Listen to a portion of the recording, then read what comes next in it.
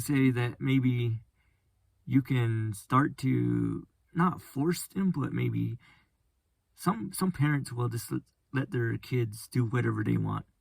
But maybe you can just have a sit down where you ask them questions and try to, maybe they'll just give you one word answers right now.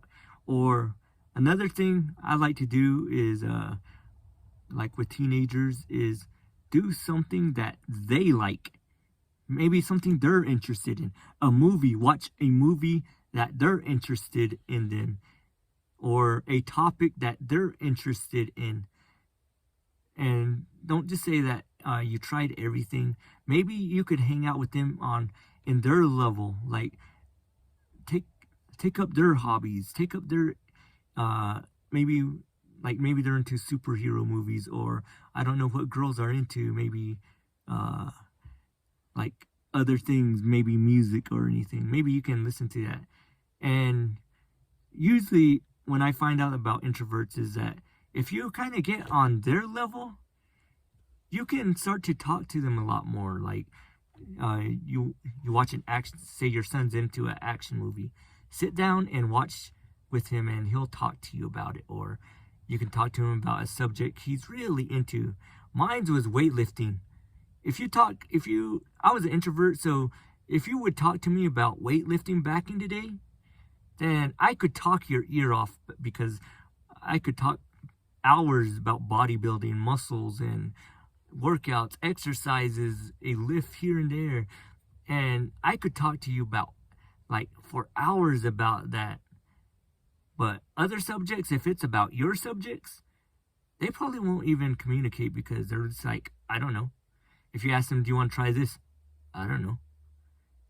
But if you're an extrovert and you're trying to communicate with the introvert, you got to kind of get on their level. You can't make it all about you, because if you make it all about you, you're just going to get the same person, the same answers.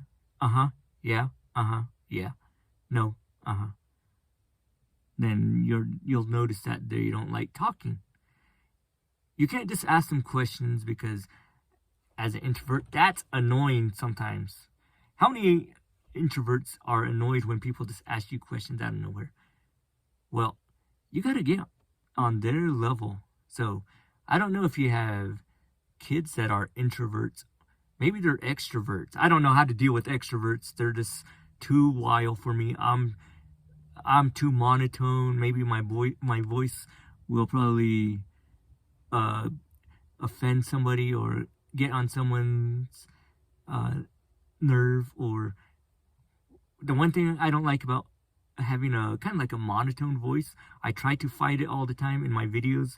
All my videos, I try to fight it so it's not so noticeable. But it is when I'm on the phone and like someone starts to yawn, and because my voice is so monotone, we could have the most interesting conversations.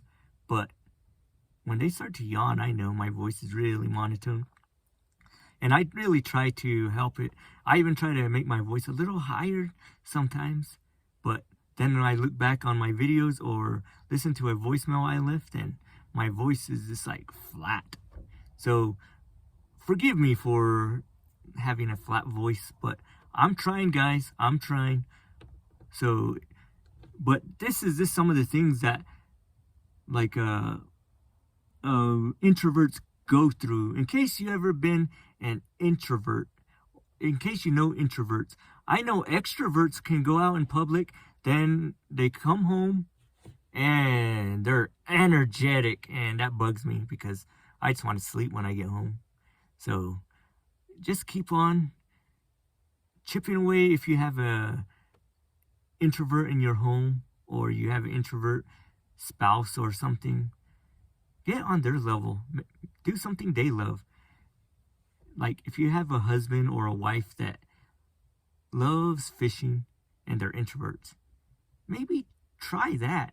Maybe you're not interested in it, but if you're trying to break an introvert or get them out of their shell, try that. I know people just say go out and talk to people, but then that is one of the ways, but you gotta